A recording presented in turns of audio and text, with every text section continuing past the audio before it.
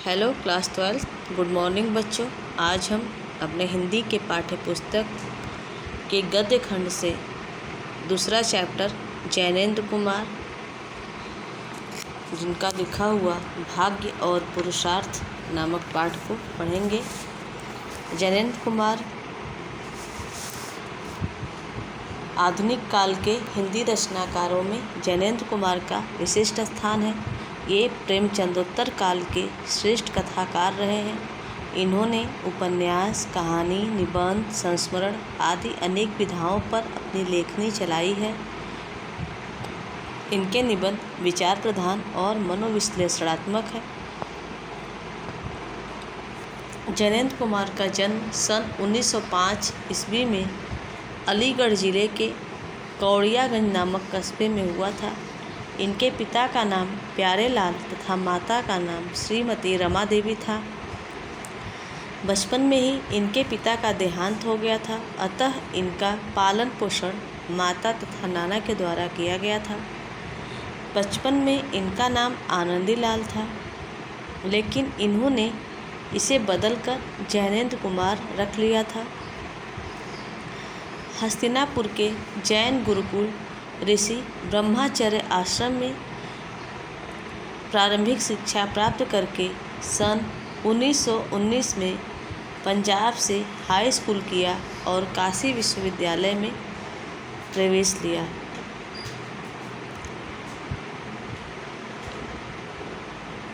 लेकिन सन 1921 ईस्वी के असहयोग आंदोलन में भाग लेने के कारण शिक्षा का क्रम टूट गया, किंतु स्वाध्याय से ही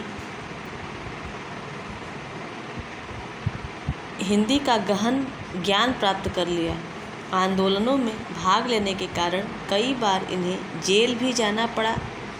सन 1928-29 ईस्वी में इन्होंने साहित्य क्षेत्र में पदार्पण किया और साहित्य सृजन को ही जीविका का आधार बना लिया। 24 दिसंबर 1988 को इनका देहावसान हो गया। जैनेंद्र जी की पहली कहानी खेल सन 1928 ईस्वी में विशाल भारत में छपी थी।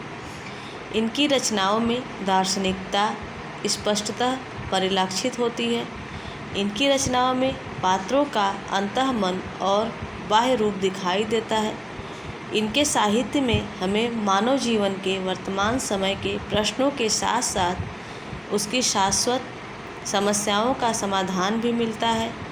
इनके प्रथम उपन्यास परख पर साहित्य अकादमी का पुरस्कार प्रदान किया गया था। इन्होंने अपनी रचनाओं में कला, दर्शन, मनोविज्ञान, समाज, राष्ट्र, मानवता आदि विषयों पर लेखनी चलाई है। जैनेंद्र जी की प्रमुख कृतियाँ इस प्रकार हैं: कहानी संग्रह, फांसी, एक रात, स्पर्धा, पाजेब, वातायन, नीलम देश की राजकन्या, दो चिड़ियाँ आदि उपन्यास, सुनीता, त्यागपत्र, परख, कल्याणी, जयवर्धन, विवर्त, सुखदा, मुक्तिबोध आदि निबंध संग्रह,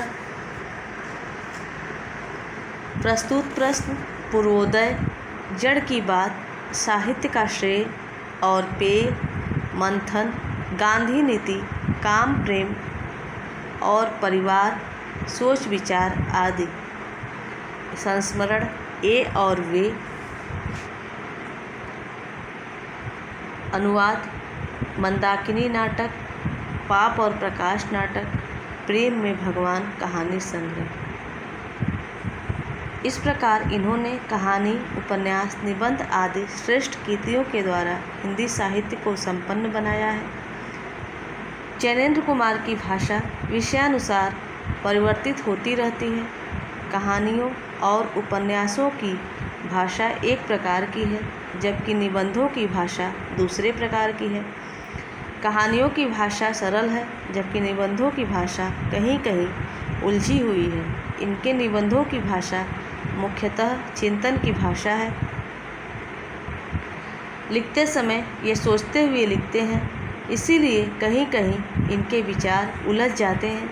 शब्द चयन इन्होंने उदारता से किया है, लेकिन कहीं कहीं इनकी भाषा व्याकरण की दृष्टि से अपरिमार्जित लगती है।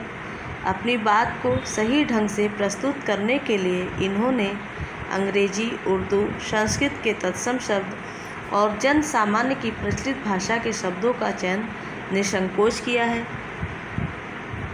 इनकी भाषा के दो रूप दिखाई देते हैं। पहला भाषा का सरल सुबोध रूप और दूसरा सांस्कृतिक भाषा का रूप। मुहावरों और कहावतों का प्रयोग इनकी भाषा में परिलक्षित होता है। अपनी भाषा में विभिन्न भावों को स्पष्ट रूप से व्यक्त करने में ये सक्षम है। व्याकरणिक दृष्टि से इनकी भाषा कहीं कहीं अपरिमार्जित लगती है। संक्षेप में यह कहा जा सकता है कि जैनेंद्र जी की भाषा सरल एवं व्यावहारिक है और भाव अभिव्यक्ति में पूर्ण सफल है।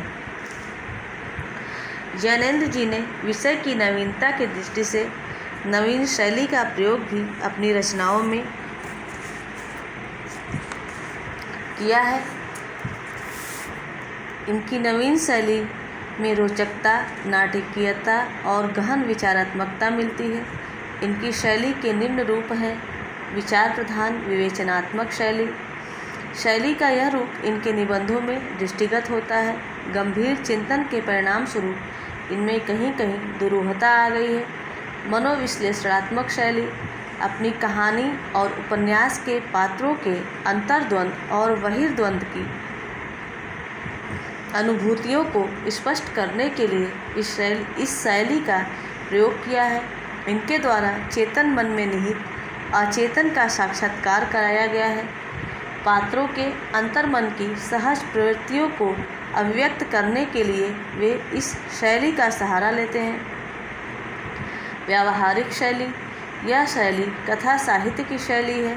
वार्तालाप की मधुरता और सहज व्यंग्यात्मकता के कारण इसमें रोचकता आ गई है। प्रसाद गुण इनकी शैली की विशेषता है। इनकी शैली अत्यंत प्रौढ़ एवं प्रवाहपूर्ण है। ऐसे स्थलों पर भाषा पात्रानुकूल एवं सरल होती है तथा वाक्य आवश्यकतानुसार छोटे या बड़े हैं। जैनेंद्र जी ने अपनी गहन चिंतनशीलता के कारण साहित्य में विशिष्ट स्थान रखते हैं। आपने अपनी कहानियों और उपन्यासों में मनोवैज्ञानिकता को विशिष्ट स्थान दिया है। आपके चिंतन तथा नवीन शैली विधान ने हिंदी साहित्य को नई दिशा प्रदान की है। हिंदी साहित्य को नवीन विषय तथा भाव से संपन्न करने वाले चिंतक तथा भावुक साहित्यकार के रूप में वे सदैव स्मरण किए जाएंगे। समाज एवं व्यक्ति से जुड़ी हुई अनेक समस्याओं को उन्होंने अपने उपन्यासों में वाणी प्रदान की तथा मनोविश्लेषणात्मक पद्धति से पात्रों के अंतर्मन को उजागर करने की परंपरा हिंदी में प्रारंभ की। भाग्य और पुरुषार्थ निबंध में जैनेंद्र जी ने भाग्य और पुरुषार्थ के स्वरूप को स्पष्ट किया है और कहा है कि वे एक दूसरे के विरोधी न होकर पूरक हैं। मनुष्य जीवन में भाग्य और पुरुषार्थ की स्थिति को आपने नितांत मौलिक दृष्टि से स्पष्ट किया है, लेकिन मूल रूप से गीता के उपदेश इसका आधार है। इन्होंने मनुष्य को अहम भाव को विस्मृत कर निष्काम कर्म की प्रेरणा दी है। मनुष्य अपने कर्मों को ईश्वर को अर्पण कर दे और अपने को उनका कर्ता न माने। जैनेंद्र जी का पुरुषार्थ से आशय भाग्य और ईश्वर के प्रति विश्वास रखकर काम करने से है। हम अपने कर्म अपना कर्तव्य मान कर करें, ईश्वर फिर उनका वांछित फल भी देता है। यदि यह भावना मनुष्य के हृदय को स्पर्श कर लेगी तो उसका भाग्य निश्चित रूप से उदय होगा।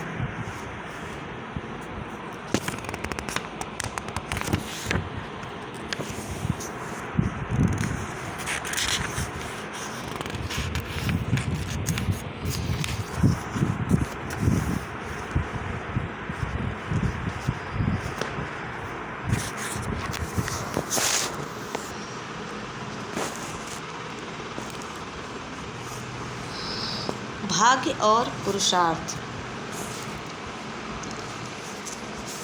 भाग्य और पुरुषार्थ विपरीत नहीं तो अलग तो समझे ही जाते हैं। मैं ऐसा नहीं समझ पाता। भाग्य का उदय मेरे निकट निरर्थक शब्द नहीं है। स्पष्ट ही भाग्योदय का शब्द का आशय मैं प्रधान नहीं हूँ। भाग्य प्रधान है। पुरुषार्थ मैं कर सकता हूँ, लेकिन भाग्योदय उससे स्वतंत्र तत्व है। हो सकता है कि लोगों को यह मानने में कठिनाई हो,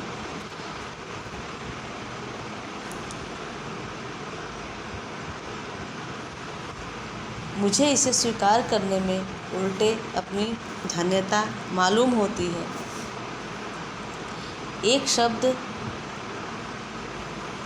एक शब्द सूर्योदय है। हम जान गए हैं कि उदय सूरज का नहीं होता। सूरज तो उपेक्षितया अपनी जगह रहता है। चलती घूमती धरती ही है। फिर भी सूर्योदय शब्द हमको बहुत शुभ और सार्थक मालूम होता है। भाग्य को भी मैं इसी तरह मानता हूँ।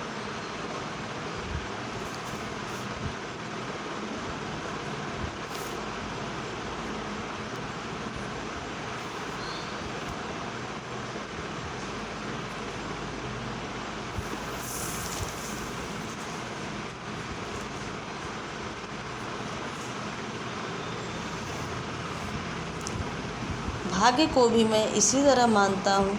यह तो विधाता का ही दूसरा नाम है। वे सर्वांतर्यामी और सर्वकालिक रूप में हैं। उनका अस्त ही कब है कि उदय हो, यानी भाग्य के उदय का प्रश्न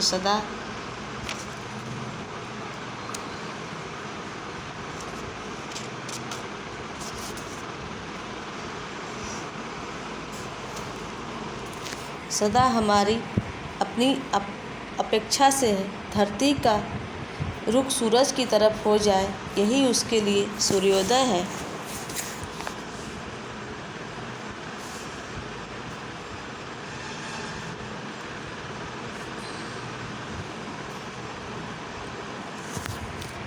ऐसे ही मैं मानता हूँ कि हमारा मुख सही भाग्य की तरफ हो जाए तो इसी को भाग्योदय कहना चाहिए। भाग्य और पुरुषार्थ विपरीत नहीं तो अलग तो समझे ही जाते हैं। भाग्य और पुरुषार्थ ये जो है, पुरुषार्थ से मतलब कर्म करने से होता है। तो भाग्य और पुरुषार्थ अगर एक दूसरे के विपरीत नहीं है, अलग तो होता ही है। और ये जो है लेखक सोचते हैं कि मैं ऐसा नहीं समझ सकता और मैं ऐसा मान भी नहीं सकता। भाग्य का उदय मेरे निकट निरर्थक शब्द नहीं है। स्पष्ट ही भाग्योदय उसमें स्वतंत्र तत्व है। स्पष्ट भाग्योदय शब्द का आशय है कि मैं प्रधान नहीं हूँ, भाग्य प्रधान है। भाग्य के उदय शब्द का आशय है कि जब हमारा भाग्य जब उदय होता है और हम बहुत सारी चीज़ों को मान भी लेते हैं कि हमारे भाग्य में अगर होगा तो हमें ये मिलेगा।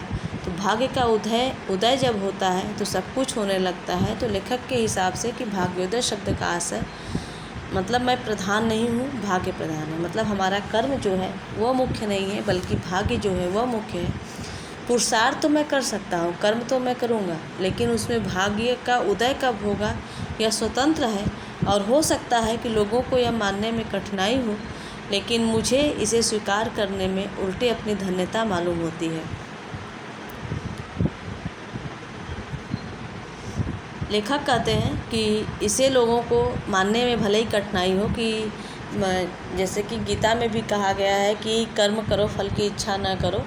तो वैसे कि पुरुषार्थ तो हम कर सकते हैं, लेकिन हमें उस पुरुषार्थ उस कर्म के हिसाब से हमें फल की प्राप्ति होगी कि नहीं। तो ये तो यहाँ पे भाग्य आ जाता है कि हमारे भाग्य में होगा तो सब कुछ मिलेगा। और एक शब्द है सूर्योदय। हम जान गए हैं कि उदय सूरज का नहीं होता। जैसे सूर्योदय होता है तो हम ये सोचते हैं कि सूरज का उदय हुआ है, लेकिन ऐसा होता नहीं है। सूरज तो अपनी जगह, जो ग्रह है, जो नक्षत्र है, वो तो अपनी जगह स्थिर रहते हैं। घूमती तो दरअसल पृथ्वी ही है। लेकिन फिर भी हम ये नहीं कह सकते कि सूर्योदय अपनी जगह है, उसकी उपेक्षा नहीं कर सकते। और हमें जो है सूर्योदय शब्द ही, मतलब सूर्य का उदय शब्द ही हमको बहुत ही शुभ और सार्थक मालूम होता है। भाग्य को भी मैं इसी तरह मानता हूँ। यह तो विधाता का ही दूसरा नाम है। वे सर्वांतर्यामी हैं, सर्वकालिक रूप में हैं। उनका अस्त ही कब है कि उदय हो। लेखक कहते हैं कि भाग्य को भी मैं इसी तरह मानता हूँ, वह ईश्वर का ही दूसरा नाम है। जैसे ईश्वर अंतर्यामी है, सब कुछ देखते हैं, सर्वकाल में हमेशा रहते हैं, उनका अस्त ही कब होता है कि उनका उदय हो। और यानी भाग्य के प्रश्न, उदय का प्रश्न सदा हमारी अपेक्षा से है। धरती का रुख सूरज की तरफ हो जाए, यही उसके लिए सूर्योदय है। ऐसे ही मानता हूँ कि हमारा मुख सही भाग्य की तरफ हो जाए तो इसी को भाग्योदय कहना चाहिए। लेखक के हिसाब से कि जब धरती घूमते घूमते उसका रुख जो है सूरज की तरफ हो जाता है, तब उसी समय सूर्योदय हो जाता है। और यही हमारा जो कर्म है, हमारा जो मुख है, जब भाग्य की तरह हो जाए तब हमारा भी भाग्योदय, भाग्य का उदय हो जाता है। लेकिन ऐसा हुआ नहीं है। पुरुषार्थ की इसी जगह संगति है, अर्थात भाग्य को कहीं खींच कर उदय में लाना ही है, न अपने साथ ही ज़्यादा खींचतान करनी है। सिर्फ मुँह को मोड़ लेना है। मुख हमेशा अपनी तरफ रखा करते हैं, अपने से प्यार करते हैं, अपने ही को चाहते हैं, अपने को आराम देते हैं, अपनी सेवा करते हैं, दूसरों के लिए मानते हैं, सब कुछ को अनुकूल चाहते हैं कि हम पूजा और प्रशंसा के केंद्र हों और दूसरे आसपास हमारे इसी भाव से मंडराया करें। इस वासना से हमें छुट्टी नहीं मिल पाती।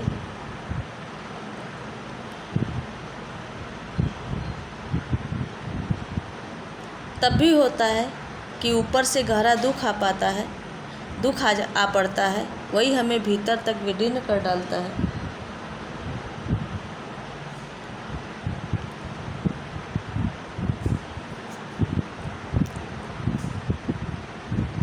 और कुछ क्षण के लिए जैसे हमारी अहंता को शून्य कर डालता है। वह शून्यावस्था भगवत कृपा से ही प्राप्त होती है। इसीलिए मैं मानता हूँ कि दुख भगवान का वरदान है। अहम और किसी औसत से नहीं गलता।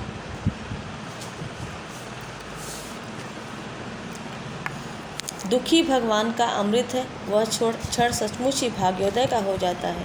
अगर हम उसमें भगवान की कृपा को पहचान लें, उस क्षण यह सरल होता है कि हम अपने से मुड़े और भाग्य के सम्मुख हो। बस इसी सम्मुखता की देर है, भाग्योदय हुआ रखा है।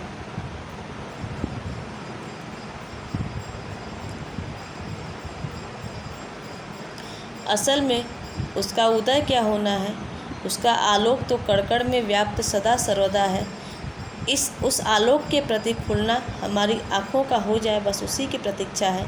साधना और प्रयत्न सब उतने मात्रा के लिए है। प्रयत्न और पुरुषार्थ का कोई दूसरा लक्ष्य मानना बहुत बड़ी भूल करना होगा। ऐसी चेष्टा व्यर्थ सिद्ध होगी।